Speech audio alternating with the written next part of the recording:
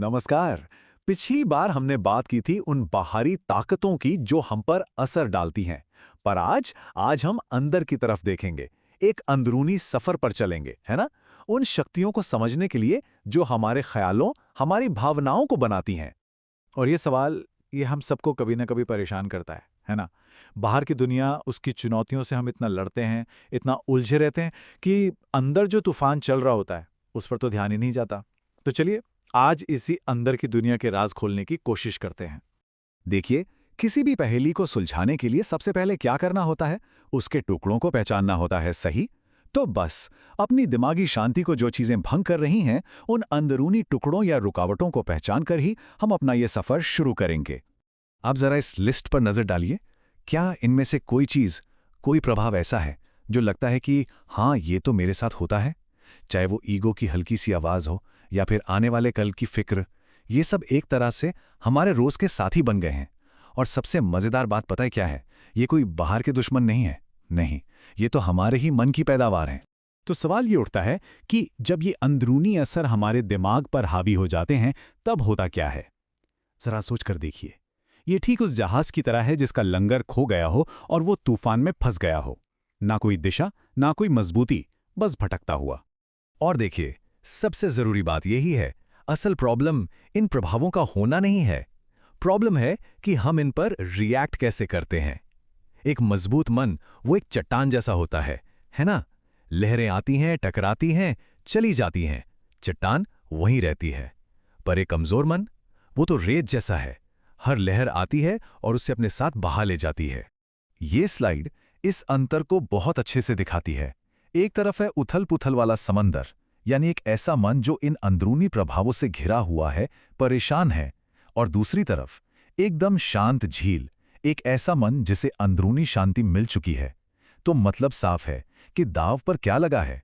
बेचैनी और सुकून के बीच का एक चुनाव। पर अच्छी बात यह है कि हर तूफान के बाद शांति आती ही है, और खुशकिस्मती से इस अंदरूनी उथल-पुथल से निकलने का एक रास्ता भी है। जिस सोर्स मटेरियल को हम देख रहे हैं, वो एक बहुत ही पावरफुल सॉल्यूशन बताता है, और इसकी शुरुआत होती है हमारे सोचने का तरीका बदलने से। तो इस चैलेंज से निपटने के लिए ना, दो चीजें चाहिए। पहली, बेहतर फैसले लेना। एक समझदार जनरल की तरह ये चुनना कि किन ख्यालों पर ध्यान देना है और किन्हें जाने देना है। और दूसरा, अपने ख्यालों को ही मजबूत बनाना, उन्हें एक दबी हुई आवाज से एक मजबूत ऐलान में बदलना। लेकिन मजबूत ख्याल का असली मतलब है क्या? ये ख्यालों का कोई शोर शराबे वाला ऑर्केस्ट्रा नहीं है, बिल्कुल नहीं। बल्कि एक अकेले संधे हुए वायोलिन की तरह है। कम ख्याल, धीमी गति वाले और ज्यादा फोकस्ड। बात गिनती की नहीं है, बात है ख्यालों की क्वालिटी की, उनकी सफाई की। और इसी पावरफुल सोच को कहते हैं एकाग्र विचार या कॉन्सेंट्रेटेड थॉट। इसे ऐसे समझिए, जैसे एक बल्ब की बिखरी हुई रोशनी की जगह एक लेजर बीम, एकदम फोकस्ड, ताकतवर और एक खास मकसद की तरफ डायरेक्टेड। ये जो कोट है ना, ये सोच के सार को बहुत खूबसूरती से बताता है।